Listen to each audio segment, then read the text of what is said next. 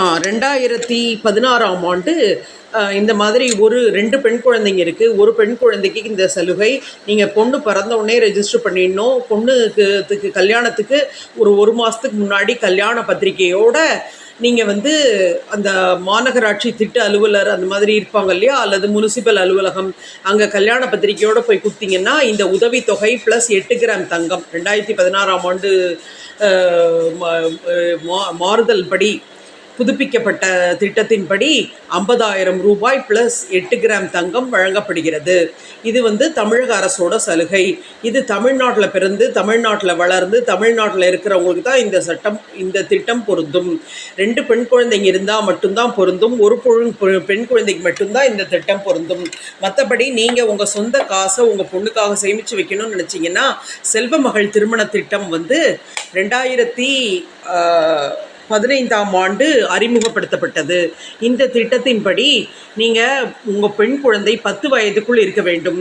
அந்த பெண் குழந்தையின் கார்டியன்னு சொல்கிறோம் இல்லையா, அவர் வந்து இந்த திட்டத்தை செயல்படுத்தலாம்.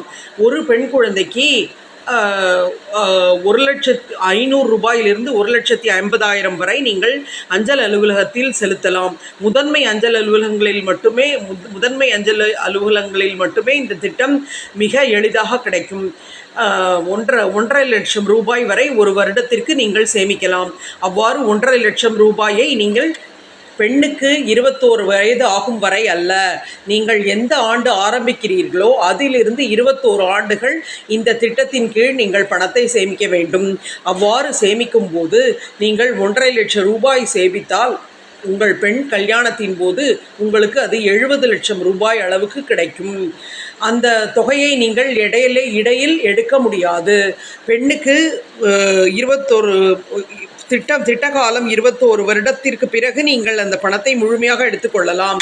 அதற்கு முன்பு தேவையெனில் பெண்ணின் படிப்பு செலவுக்காகவோ திருமண நிதிக்காகவோ இந்த திட்டத்திலிருந்து நீங்கள் கடன் பெற்றுக்கொள்ளலாம். நல்லா தெரிஞ்சுக்கோங்க. இப்போ உங்கள் பொண்ணு 10 வயசு வரைக்கும் உள்ள குழந்தைங்களுக்கு தான் இந்த திட்டத்தை ஆரம்பிக்கலாம். 12 வயசு ஆயிடுச்சு அப்படின்னா இந்த திட்டத்தின் கீழ் அவங்க பெயரில் நீங்கள் பணம் செலுத்த முடியாது.